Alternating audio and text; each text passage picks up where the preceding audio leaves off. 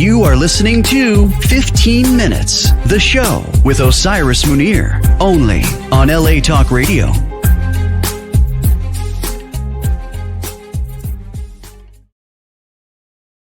Hey everybody, what's up? We got a little rain. Our prayer for rain was answered. It, wasn't piles and piles, thank goodness, because from one way, it all has to do with balance. But I'm so happy to say we got a little bit of shower and rain today, and that we have been honored by the heavens to bestow us with some rain to quell some of these fires that we've been having. So thank you so much, heavens, for those things that we have in honor of today.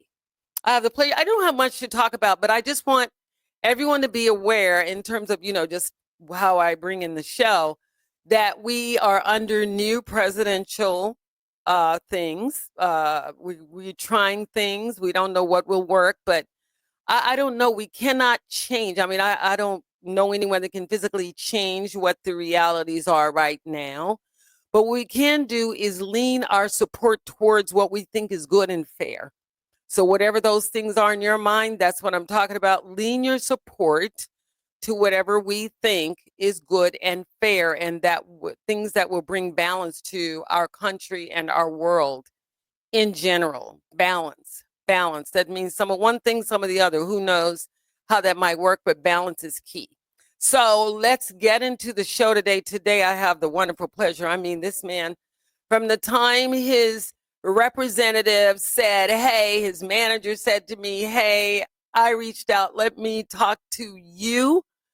I love him. He has been strumming strings and playing the guitar since he was 2 years old. He was recognized, thank goodness, his family was on it and had some consciousness and awareness to know that this was just no ordinary kid that they were raising. They raised a child prodigy that turned out to not only be able to string and bring alive his emotions through R&B, funk, psychedelic, and rock. He's been on projects and collaborations with Pete Rock, John Batiste, Daniel, I believe the guy's name is Daniel, I can't think of his name. I'll let Marcus Machado, who is the person I'm talking about, tell you all about it. Daniel Caesar was who the person's name was, I wanted to say. And we want to bring him on with a loud applause. This boy is bad. He's more than a badass. He's a beyond a badass, which I call a badass. Okay, so that's what he is. Hey, Marcus. How you doing? Wow, you've been traveling. I know you've done NAMM. You've been to London. You've been on the news. You've been on Rolling Stone. Yeah. You've been Guitar World Magazine. You're the next best top young gun out there rocking it. So what's it like having a number 3 on Apple Music? The name of the album, I believe, is called Aquarius Purple, your first solo album, and then Off the Heels of Blue Diamonds. So let's talk about what it meant to you. Number one, how does it feel to be compared to Hendrix? Oh, it's an honor. That for me, that's a huge honor to be, even mentioned in any caliber of name of him. But, there's only one Jimi Hendrix, you know what I mean? So the only thing that I can do is, just be original, his influence that he has on me, and, keep trying to push things to the next level and kind of keep it pushing to how the way he was taking things. But it's a complete honor to be, mentioned in the likes of him, for sure.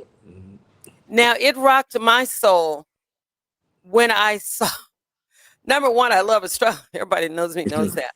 But when I saw it was Aquarius Purple, that rocked me, man. Because, know, that's our color. That's, people of color. That's our color. That's our vibration that Indeed. we vibrate to. And so for you to do that and then make it black, psychedelic, and funk, I mean, come on.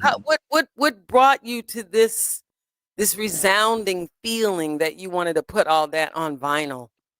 Yeah, for me, so like Aquarius Purple, that was a project that took about probably 8 years, because a lot of those songs I recorded when I was in Amsterdam, because I was living in Amsterdam. How long did you live there? I lived in Amsterdam. I was in the Netherlands like for like 4 or 5 years out Okay. there, and during that time, I was heavy into production and just finding my sound, working with different artists out there, and being away from New York and just being in the melting pot of like Dutch people, and then you go to London and you go to Spain, and you have all these different inspirations and stuff. I was heavy into like just recording and getting production. So some of those songs came out. I recorded it, out there. And then finally, when I came back home in like 2014, I was touring with a lot of different artists and, just trying to get the album and stuff together. But every time I would try to finish the album, a tour or something would pop up. So now fast forward to the pandemic. When the pandemic happens now, everything is shut down. Nobody can go nowhere. So I was like, since there's no shows, nothing to do, let me just finish the album. And that's what I did. I ended up finishing the album. And then most importantly, when I got to like the end of like the whole project, I was like, man, what's like the feeling that I got from the whole album, it represents, because I think of colors, when I do music. I was like, it's a purple. I get the feeling of purple when I feel like, a lot of the music from the album. And then I'm Aquarius, and then I just put the two together, Aquarius Purple, and that's how it came about. And then the vinyl stuff, I was like, man, this music has to be only put out on vinyl, because I feel like, I was brought up as a kid listening to all different vinyls, and I'm a vinyl head, and just the whole experience of listening to a whole album front to back, reading the credits, the liner notes, and seeing who recorded what. I wanted that feeling and try to bring it back in this time. So I just said, you know what, let's just put it out on vinyl and just see what happens. And but not knowing, even if people was going to buy it or mention it, because you remember everything was shut down. So when finally I was like, well, let me just put it out, and when I put it out, like less than 2 minutes, everything sold out. Everything was sold out. Yeah, yeah, Everything was sold out. Yeah, they've been. I know that is more of a thing in other countries, as far as I understand. Is a lot of vinyl. They're bringing it. Well, I mean, places like some of the old record stores here in LA, they still do a lot of yeah. vinyl, and people still do buy a lot of vinyl. But a lot of people are streaming too. So for it to be offered on all of those platforms, like you're number 3 on Apple Music, Yeah. and you're also sold out on vinyl. I mean, I would have bought vinyl because I still got my record player and everything else. Right, right, You know what I right, mean? I still got vinyl myself, right, whatever I couldn't sell back in the day when I was broke. right, You know what right. I mean? But the thing is that vinyl is very important in the fact that you can make an album, and I definitely can relate to the feeling of having the liner notes and all the album covers. Yeah, That was the absolutely. bomb back in the day. That's where you got artistic vision and everything for it, was looking for the album covers. So in line of your being in Amsterdam at a time that we were all pent in, so to speak, Mhm. you were conscious enough to start writing. Yeah. Uh, did any of the emotion that you were emitting from internally, was it because of any kind of personal relationships, any kind of relationships to self? That's personal as well. Mhm. Relationships to your family or anything, was that enough to stir your emotions Mhm. so deep Mhm. that you would come up with black psychedelic and funk all together in one album and still rock the guitar, Mhm. Yeah. still make us feel the strings, make us feel how it feels to be singing and talking your emotions out loud through Yeah. guitar? No, no, absolutely. Like Black Psychedelic Funk, Tomorrow Never Knows, that was dedicated to like my cousins and, a lot of people that passed away during the pandemic. So, it was really, emotional time. Everybody was going through a whole bunch of stuff. George Floyd, all the different things that was happening. So a lot of that, I put it into my music. So like Black Psychedelic Funk, Tomorrow Never Knows, Find My Way, all these songs are part of that era and that time that, that we was in. And just trying to give people, peace of mind, and just trying to make something timeless, to where that you can put on a record and listen to it front to back. You can have your favorite songs, but definitely, for it to be an album to where you can actually listen to it front to back and just, zone out. And that's pretty much what Aquarius Purple was about. And like I said, I didn't know what was going to happen. Nobody didn't know. People were saying 3-4 years, and look how time just fast Went forward. by. We're in 2025, and so much stuff has happened, and since that time. So for me, it was just being in that moment and just saying, just give it your all. You know what I mean, and let the music speak for itself. And you being Aquarian, and you know that at least most of the Aquarians I know, or people that have strong Aquarian emphasis in their natal charts, are usually often ahead of the time. And often being ahead of the time, there's a great deal of suffering that goes along with being ahead, like, because you're ahead, and there are people that can be ahead with you, but very few people can be ahead with you because very few people are that conscious and aware to be ahead with you. And then those that try to be ahead with you, they're looked at as odd and strange as you are because you're ahead of time, all of that. So how were you able to take the environment, and in taking the environment of being in Amsterdam, in another country, and how were you received there? And how much did that influence your work from being there as well? Not only being a man of color, a Black American, person of color, but also being influenced by all of those other foreign aspects. How did that? Yeah. It was a huge influence on me, because when I went, this was the time that Obama had just came into office. So I had missed. I saw him become the president over there. You know what I mean? And Mm. and people having such an open mind on music, wasn't caught up in what trend that you were doing, or what type of style you were playing. People was just like, hey, if you can play whatever type of music it is, I'm all ears. And just people having an open mind and definitely being receptive, and working with different artists, people from Portugal, people from Spain, people from Germany, and just seeing all these different, experiencing all those different things, traveling. It was a huge influence on me and my music too. And it just let me know that people just had an open mind, because back home in New York, I just didn't want to be that guy to where it was like, you're just playing the same club, the local scene, and then you just become the guy that's playing 3 and 4 hours for $75. You know what I mean? It was like, I Yeah. need to see someone else. I need to travel. And for me, I was always a traveler, and I always get inspired. And you always hear music. You'll go somewhere and you'll hear stuff that you've never heard before, and in another place that you wouldn't hear here. So all of that was a super influence on my music and where I am at, today, for sure. Mhm. Yeah, in the East London and Amsterdam, I've been there. They are So no joke. Yeah. Yeah, I know. They're no joke over there, and it does. It's Yeah. hard to come back to America that Yep. seems to be about 40 or 45 years behind. I'm telling you the truth. Go Yep. out of the country and come back and see. Don't you see what I'm talking about? We Hmm. are very, very slow over here. So Hmm. again, in order to bring balance, let's support what is good and fair in the coming years and see what happens, Hmm. because there are some changes that need to be made.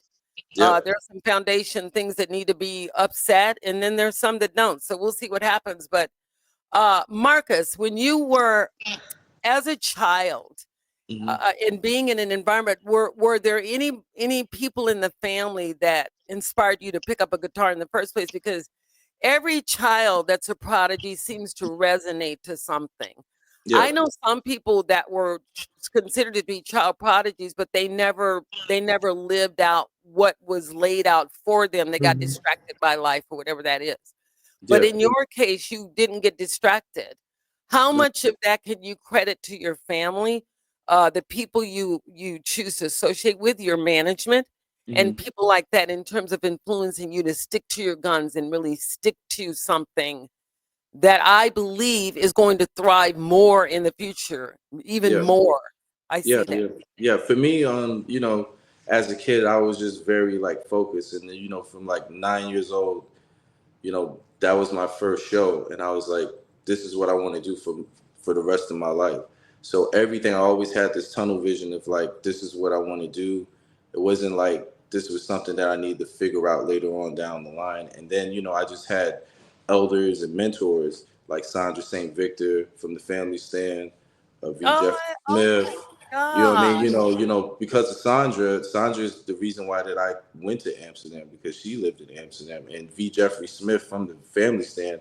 Ah, If it wasn't for him, I would not know Sondra or nobody, you know what I mean, or even go to Europe. So those were the influences that they had on me. They took me, they saw what I was doing, and they gave me the tools and helped me to do a lot of stuff. My mom was there 24/7. She was like I call her the A&R. Her record collection was crazy. So in our house, we listen to everything from Miles to Tribe Called Quest to yeah. Funkadelic to Toto. So there was no like only one genre of music. So that's where my influences. I got a lot of stuff coming from, and then to even go back, my cousin was the late great Pumpkin Errol Bedward, who was the king of the beats. The first hip Shut hop. up. I'm not. Yeah, Wow.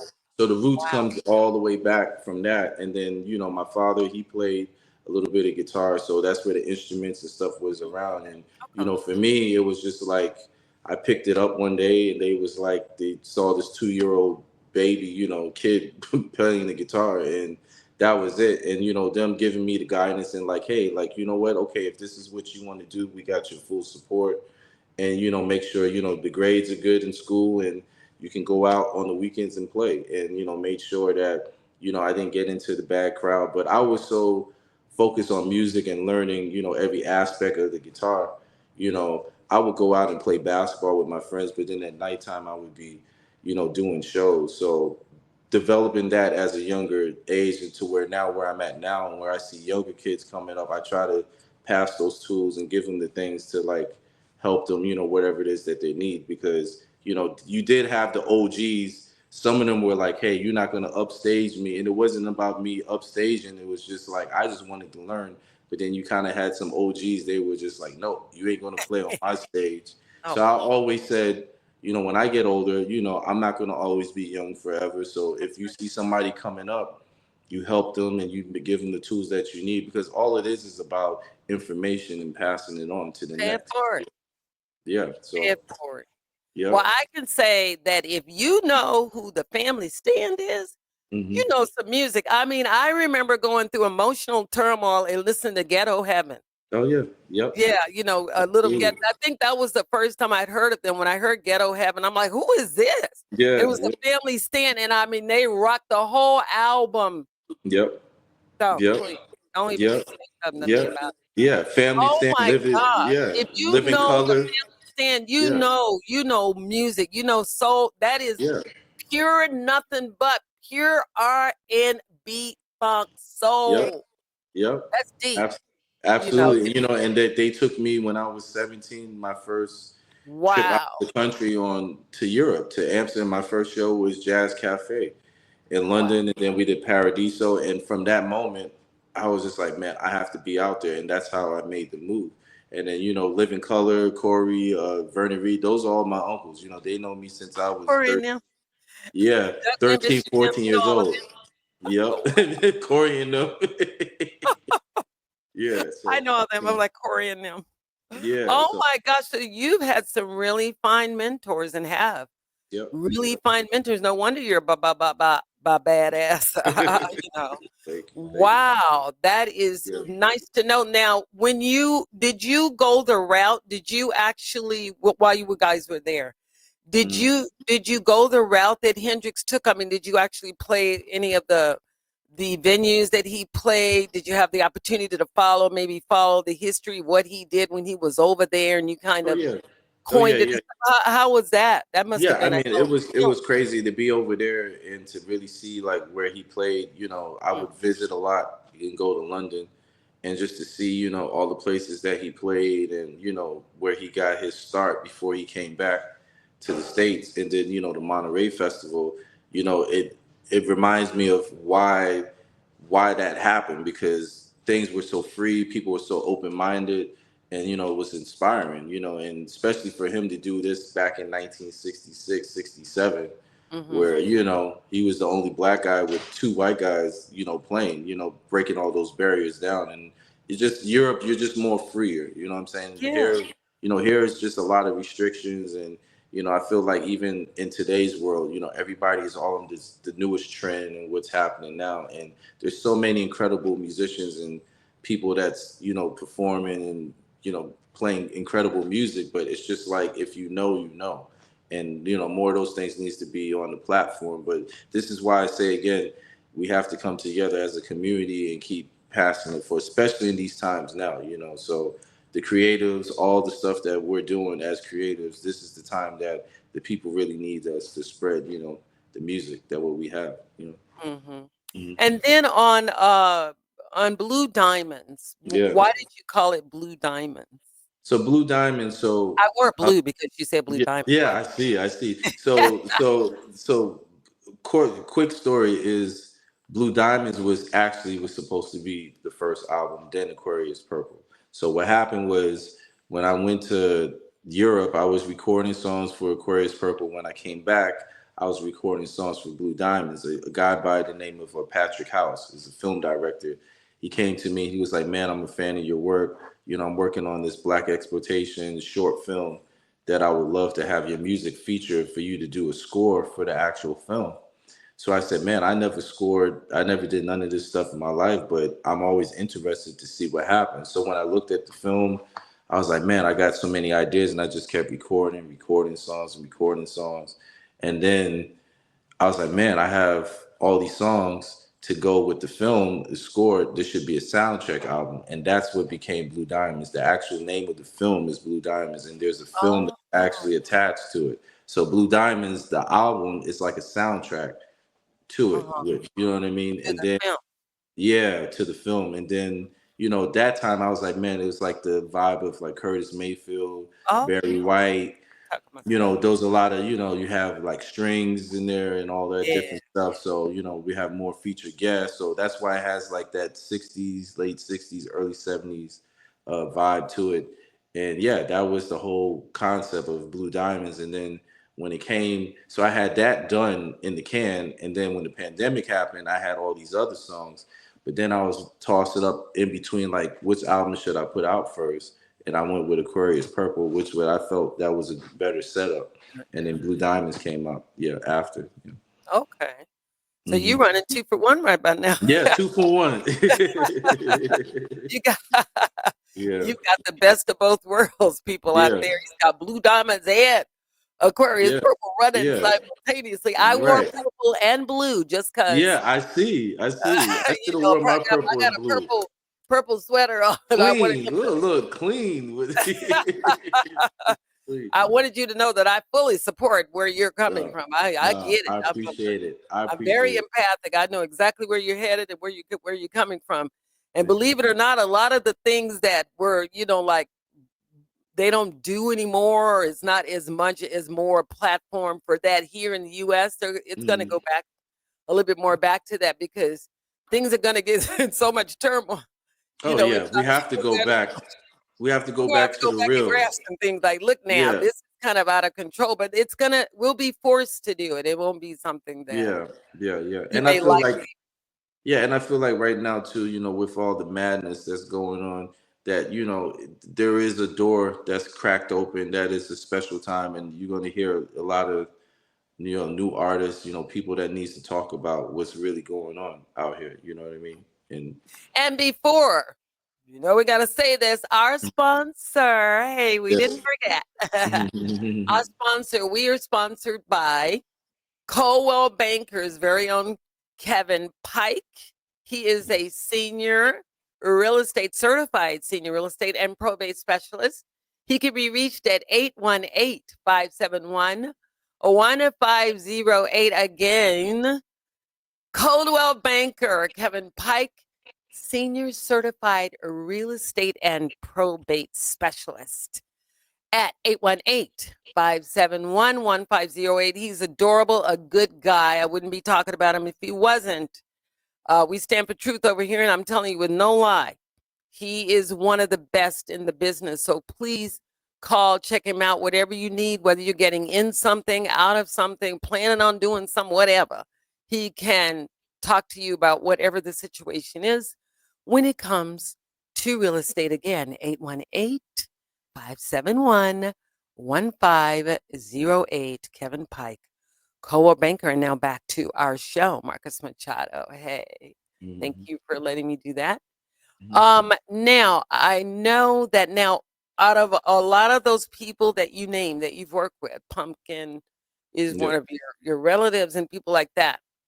Did they want to help you write and do things where I know they were supportive, of course, you wouldn't be talking about them, but did they ever want to get in on your project and say, hey man, let me, I want to do this with you? Or did they let you just take the reign and become who you are right now? Badass. Yeah, for them, they just let me just did my thing. Pumpkin, he was, I was very young when he passed. He died in '92, so I never had a chance to when I became older to really talk with him. But like Sondra and Jeff, they just kind of let me just do my thing, and any questions or anything that I needed from them or things that I wanted to know, they was right there. You know what I mean? But a lot of the stuff was just me just absorbing everything that was around me and just creating my own sound. And for me, in this time, guitar in this time is different. In the '90s, In what way? late '80s, it's different because I feel like guitar players were more prominent back in the '90s because you had Slash, you had Stevie Ray Vaughan, you had a lot of guitar players that was just virtuoso, guitar players that was out there at the forefront because rock was more. But now, with the age, but I'm a hip hop kid also. But like now, as time moves past and where we're at now, guitar, I feel it's there, but it's not where it was, back in the '90s. But I think it's super. It's still there, but it's underground. It's like if you know, you know. And I feel like right now there's so many dope guitar players that's out there that there's more things that's bringing it more up to the forefront. You got Kingfish, you got Taz, you got a lot of different guitar players that's doing it. I think now a lot of people would think like only Gary Clark Jr. and John Mayer is the only two guitar players that's out, but there's tons of guitar players that's out there killing it. So that's why I feel like now the door is open and people are listening. You know what I mean? Listening more. Listening more and having their open mind. And for me, finding my sound was, as much as I'm a Hendrix head and love what he did, I didn't want it to be categorized as just that's only that, because there's a million guitar players that can play exact licks like Hendrix, but if I want to hear that, I'll just go pick up the record and just listen to the exactly. Listen to Hendrix. Yeah, you know what I mean? So for me, it was like, what can I do? I was like, what can I do that I love from Jimmy? But then I also too made love stuff from Coltrane or Jocko or D'Angelo. So it's like a gumbo. You take all these different ingredients that you have and you sprinkle it and you create your own. So, if I'm gonna have a guitar solo playing, I want to have a hip hop beat behind it or a funk bass. And that's where I feel like the more that I kept recording and finding my sound, and this is where we are. So when people listen to my music, even if you're a rock head, but you may not know too much about jazz, you can get something from it. It's something for everybody, Wow, that's a lot of flavor. But I mean, what would one expect from an Aquarian? You guys are usually unusual, very different, not your conventional people. But and speaking of guitar, man, they got kids on IG and on. That's what I'm saying. I'm sorry, they got 7-year-olds. 7-year-olds killing. I was just at. I was just at they've NAMM. been here 30, 40, 50 years already playing well, dude, what's going on here? Yeah. They had one kid on IG. I think they took him out probably because his parents didn't want him to get into the dark riches and niches of entertainment without the proper guidance or whatever. So maybe he's under guidance and being prepared. But they do, just like you said, there's a lot of people. But the difference is that many are called and few are chosen. Yes. Many are called and few are chosen. There are a lot of people, as I said before, were destined child prodigies, had everything it took, had everything and just went off the wrong track and ended up somewhere in Zolo land, led by their own desires and and not being able to connect to people. Maybe they aren't the kind of people that they can easily open up to people and say emotional, whatever. But for whatever reason, they got led down the dark path, so, and then there are those like you, like Hendrix, Hendrix. Yeah, I don't know what he did. I don't know them. I'm just going to what I read and studied and what I hear in music and being my intuition like everything else.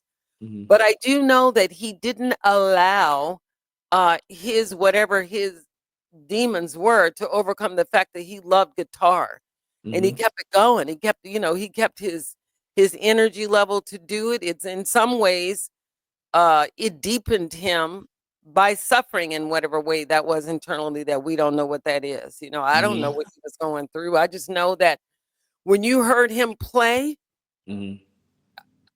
I mean, what are you going to say? No, no, Just no, like no. Listen, yeah, no. I'm when I listening. heard you play, so whether you want to be associated with him or not, it's Mm. somewhere in your ancestral DNA Oh yeah, that you absolutely. have to bring forth that energy, that something about you that people can relate to. Yeah. And that is, that whatever that spirit he has, he's decided out there in the other somewhere, which is the way I believe, Mm-hmm. to impress upon you to bring that forth. Yeah, And I no, think that's very absolutely. important. Like I Yeah. said, it's important for people to know that there are many people that are really good at guitar, like you just said, but not everybody's going to end up doing all of that. They're going to end Yeah, up yeah. doing something else altogether. Yeah, altogether. And for me, music is it's a spiritual thing. It brings people together. And I remember it was an OG. He told me this, and I always take this line all the time, and I What is always that? tell. He said that you can play all the notes in the world that you want, but when you go through life, and when you go through certain things, that's when you're going to tell your story on the guitar. And I Woo! said, what do you mean by that? So that means, like, when you're younger, you're just like check me out mode, and I'm playing the fastest solo and it's killing. But it's not till when you go through life and you go through certain situations, when you're playing the guitar, that's you telling your story. This is like how when Miles Davis could play one note, and that one note you can tell what he was going through or emotion that you got from it. Same thing with Hendrix, same thing with Stevie Ray Vaughan, same thing with BB King and everybody else, that you can tell when they're playing, they're speaking something to you. And wherever they were going through was translating through the guitar. And I always took that. I was like, that's just me telling your story. When you go through something, that's how you're going to tell your story. And yeah, that's And it. people can hear that story in those strings. When you said that, I thought about Johnny Guitar Watson, Oh, who yeah. always had a story to tell The when he man, played the guitar. the I man, the love his song, man. particularly the song "Ain't That a Bitch." Yeah. I love Yeah, some yeah, Johnny yeah. Guitar Watson, and not a lot Johnny's of the people talk man. about Johnny Guitar Watson and ZZ Hill and Yes, all those kind of people back in those days that absolutely. we grew up Absolutely. on and that I love. That's why I know music, and that's one of my favorite things. That music is my sanctuary. It's my life. Yeah. So Yeah. anything in my life that I know really well, it is music. That's my Mhm. that's my claim to fame. But I want to talk to you more about when you're writing. Is Mhm. there a process or a particular kind of process that you want to share? Do Mhm. you cut yourself off? I'm a writer. I have to. I cut myself off. I Yeah. can't think.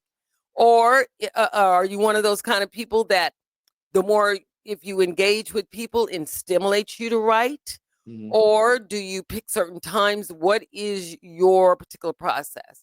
Yeah, my process, it ranges. It's different. Like some songs Yeah. may come out on piano, or I may have an idea, and it may start with a bass line, or it may start on a different instrument. And then there's other times where it's real late at night, when it's like 3 a.m., 4 a.m., things just comes out, and I have to get it out. So I have to close myself off from everybody and just really lock in and do that. But for me, my writing process is like I let stuff just come to me as is. There's no such thing like, oh well, today I'm gonna go to the studio and I'm gonna write a song. It's like I can write any song anywhere, but a lot of times I prefer for it to just come. And when it comes, then I have to get it out. So I could be driving, I could be somewhere, and then it's like, Yeah, okay, pull. I gotta pull over, put it on a voice I memo, know. hum the melody, and then when I get back home, okay, right. So or maybe I may be at the airport and something just comes out, or having a conversation. So it really varies. It really depends. But yeah, I don't have a specific formula. I try to just be very organic with how the way things comes out without forcing it. Because I feel like when you force stuff, then things doesn't really come out the way that it should. And then, or sometimes you may have an idea and it's great, but then when you record it, you overproduce it, and you're doing it a million takes to try to get this right take. Then it kind of takes the energy of what the song really is about. So I just try to like, if the feeling, it's like your intuition. If it feels right, leave it alone. Don't don't dab on it, you know. Don't mess with it. Yeah, don't mess with it. Just leave it alone. Just leave it alone. I know. Yeah. I can see you, right? You know, you're 3 a.m, and here you go, like, oh, you have to rise up. Like Yeah. calling you, like, oh my god, I Yeah, got. yeah. And then sometimes too, I may start on the song and I look up and it's like 5 in the morning. Like I had Yeah. no idea, you know, because I was just such in that zone. So, you know, but for me it's like recording and live is two different aspects because people always ask like what you could I love them both equally for different reasons. You know, live, there's nothing better of being on stage and interacting with people and feeding off the energy of a crowd. Studio, I feel like you can craft and you can it's like writing a song or writing a book. It takes time. You gotta let things build out. You know, you can tweak here and there. And I love the recording process of, you know, because nothing is better than when it's done and you're listening through the speakers. You're like, wow, that's the best feeling. That's priceless, you know. That live feeling of live when you go Mhm. into a room and the boys put the Absolutely. red light on the door and said nobody else can come in but the people involved, and all you hear is Right. pure raw somebody putting their blood, spirit, ancestry, DNA into something Hmm. to give to us to be Yeah. entertained by. Yeah. Yeah. That's what It's you're a talking lot of about. energy. It's a Yeah, lot it's of a energy. lot It's of energy to give out. a We're lot of giving energy. it to you. People out there just sitting and receiving. We're out there Hmm. giving it to you. This man Yeah. brings it to you live through his guitar, his music, his strings, talks about his life through what he's playing. So on both Blue Diamond, I know Blue Hmm. Diamond's more of a soundtrack, but on those, and Hmm. then with Aquarius Purple, are there any particular tracks that you were fond of and how they came out and how organically they played out? And second part of that Hmm. is how long when you write, does it take you days or can you let out things? It doesn't matter. It's just organic, whatever way it takes, whatever it Yeah, takes. yeah. The writing part, yeah. Sometimes some songs may take longer than others, but it's really organic. You know, like for example, what's the song? Find My Way. Find My Way was like one take, you know, from Aquarius Purple. Black Psychedelic Funk was actually from another song. There was two parts of one song, and I took the second line of that song, and I was like, wait a minute, maybe I have something. And that turned into Black Psychedelic Funk. So Mm. it varies. It very much varies. And then, you know, working with people, you know, I collaborated with a few people on the project. So that was fun to always, you know, have different ideas to bounce off of each other. But then, you know, a lot of the stuff I recorded myself. So, you know, I did all the music, you know, so like me recording drums, bass, guitar, and all that. So, you know, it varies. It pretty much varies. Yeah. Now, which project what were you involved with? John Batiste and what's his name? James. Jose James. So Jose James, I did his last album, 1978, and then the album before, No Beginning, No End too. And you know, that's my brother. We know each other for a very long time. Really? And yeah, just writing with him, you know, he's Panamanian like me too. You know, our families are from Oh, you are yeah, Panamanian, are you? yeah, Panamanian, yeah. So yeah, we very much collab a lot. John Baptiste, we've done a couple stuff, but that was more on the live touring stuff. You know what I mean? So we have some things in the works. And then you know, I was recently out on tour with Daniel Caesar last year. You know, that was great. You know, able to play Madison Square Garden and Hollywood Bowl, and just kind of being, Yeah. you know, kind of just being experienced to the arena aspect of touring. You know, so How was that for you? I mean, bigger. You excuse start. You know how you start off in the clubs, and then when you get big, me. you go Yeah. into the venues, and then you go into all the big arenas, and then you can't keep up with yourself. You know, like wait a Right. minute, where was I next? You know. Yeah, yeah, yeah. The arenas are different. You know what I mean? It's like Yeah, as soon as you, it's a adrenaline because when it's a sold out arena and all you hear is, you don't hear no claps. It's like, whoa, wait a minute. It can scare you a little bit, but for me, it's the opposite. You know, it's like the more people, the more I thrive off of it. And Ooh. it's just a great experience to see all those people and, you know, for them to be in one room and experiencing music and, you know, to be able to play and translate that to, you know, to thousands of people is a priceless. It's a beautiful thing. It's that group feeling, huh? Yeah, for sure. That feeling of For sure, for sure. that feeling of all those energies and Yeah, stuff yeah. Because you flowing know it's into you wild. at one Yeah, time. it's wild because I remember when I was younger, I was like, man, I was like, always picture you being in a room playing for yourself or playing for that one person. And then, you know, take that in times you playing for thousands of people or hundreds of people. So I always have that feeling. So anytime you may feel nervous or feel something, always go back to when you was in that room learning how to play and take that out in the world. You know what I mean?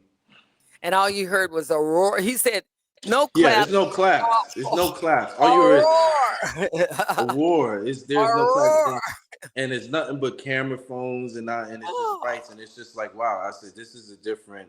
It's a wholly totally different beast of like playing. You know what I mean? From clubs to you know like arenas, but you know that's the you know it's a great feeling. And like I said, I'm very blessed and honored to have experienced that and you know just continuing to grow. And that's for me it's like as long as I've been playing the guitar for, I always look at it as there's no such thing as I'm a master of a guitar because there's always something new to learn. oh, So I'm always a student, you know what I mean? So it's just you know and always just trying to get better. That's the only thing that I can always say. There's always something new to learn.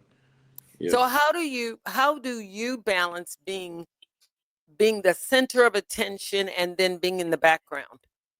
For me, it's two You different know what I things. mean when I say Yeah, that, yeah. right?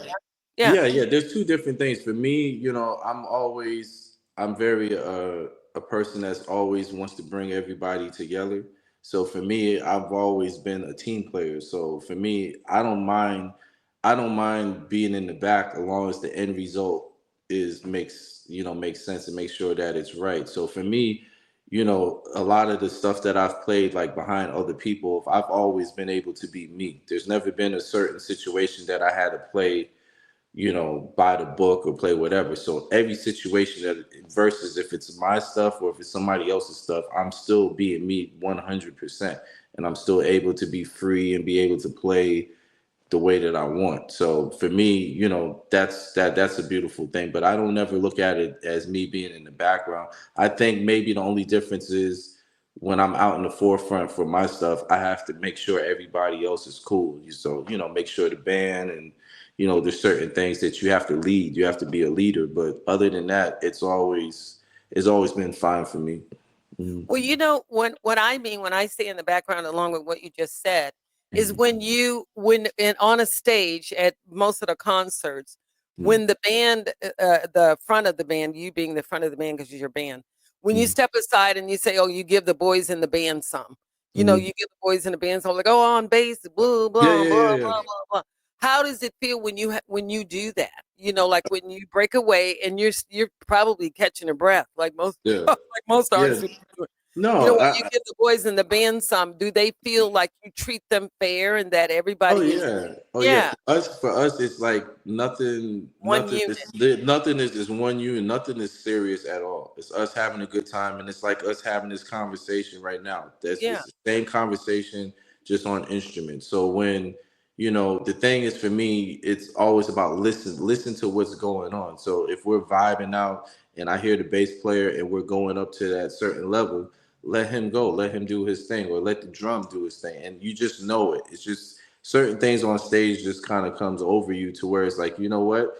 Let the drummer get a solo, let him do his thing, and we bring it all back. But you know, that's the fun part of us just having on Mhm. stage. It's never a serious moment. It's just us having fun, bouncing ideas off of each other. You know, it's like having a set list. You may have a set list, but then maybe song number two, we may be going to something else, and it's fine. You know what I mean? Because it's like a team. You know, we're all in it together.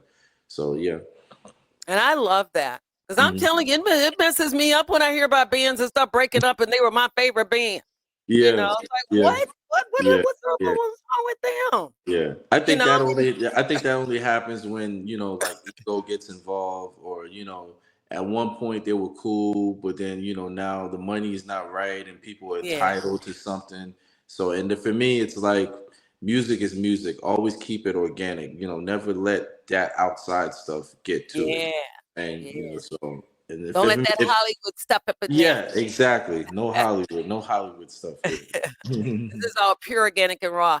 Boy, Right. I hate to let you go, but we're at time. But I Yeah. want you to give us your IG. I want you to tell us where we can reach you. I think your website is the official Marcus Machado. Yep. Right? .com. Yeah, Yeah. Yeah. So .com. I got it right. you can find me there. You can find me on IG official Marcus Machado. And yeah, just keep your eyes and ears open. Also too, I just finished doing NAM. NAM was an incredible week. How did you like NAM? Was it your first time in NAM or No, third, no, no, second, no, no, third, no. fourth time? This was like maybe my fifth, sixth time. Yeah. But this year was special than others because this was the first time that I talked about my new project. I premiered pretty much 2 songs. I'm giving you the sneak peek at it. I got Much, the sneak. yeah, it's sneak peek. So pretty much, make a long story short, Sony Headphones approached me about doing a project in immersive. So for people that know immersive, that's like the 360, the Atmos, where you have all the speakers around you. So it's like picture listening to music in 3D or like IMAX. You know what I mean? So You said Sony, right? yeah, Sony. Yeah, Sony. Oh, wow. That's a good deal, Yeah, man. That's a good yeah, deal. yeah. So Proud of pretty much, yeah. So I'm doing an immersive album, which I've never done before, and to the fact that you can take your guitar and I can have it behind me, I can have it on the left and the right, and you can hear all these different things. So I premiered 2 songs on that project, and there's a small documentary, and yeah, that's something that I'm working on now. And I have a lot of people on it. Corey Glover, Bilal, Hi, Sondra St, Sondra St. Victor, Juma Sultan is on it also too. Oh, For people wow. that don't know, that was Jimi Key Hendrix people, yeah. percussionist. That played with him at Woodstock, and yeah, I'm very excited about the new project and the new album. So yeah, keep your eyes and ears open for that. Mhm. Wow. I'm telling you, we are bringing it up here. We have Marcus Machado. Listen, the boy is bad. Anyway, if you go on to IG, I know I'm on there, Blue Diamonds. You will see it's gorgeous. I mean, the site itself, the color of the blue, the absolute stunning image they have on there is enough to draw your eyes and your mind, body, and spirit into it. So don't forget about him out there. And again, he can be reached at official marcusmachado.com. Don't forget about me, our sponsor. Let me give another shout out to the best real estate specialist, senior real estate and probate specialist, Kevin Pike Cowell Banker, 818-571-1508. And don't forget about me, Osiris, IG Osiris_Munir, MUNIR _the painter, and my website, expressinabstract.net, the blog, onkentertainment1.net. Don't forget for our next show, and I'll see you then. And let's thank Marcus Machado. Kisses and hugs to your manager. I love her. Thank you. And Thank you so we'll much. talk to you again soon. Please come back on our show. And if you got any time I want to go into the studio and you're here, please invite me. I'd love to come. Please, for sure. Okay. For sure. I would Much love love. to do that. Okay. Talk Much to you love. later. All Bye right, bye. peace. Thank you. Bye. Bye, everybody. Bye. Kisses and hugs. Don't forget to smile. It works wonders. Bye bye. Say bye, Marcus. Goodbye. Bye. Peace. Bye. Later. Bye. You are listening to 15 Minutes, the show with Osiris Munir, only on LA Talk Radio.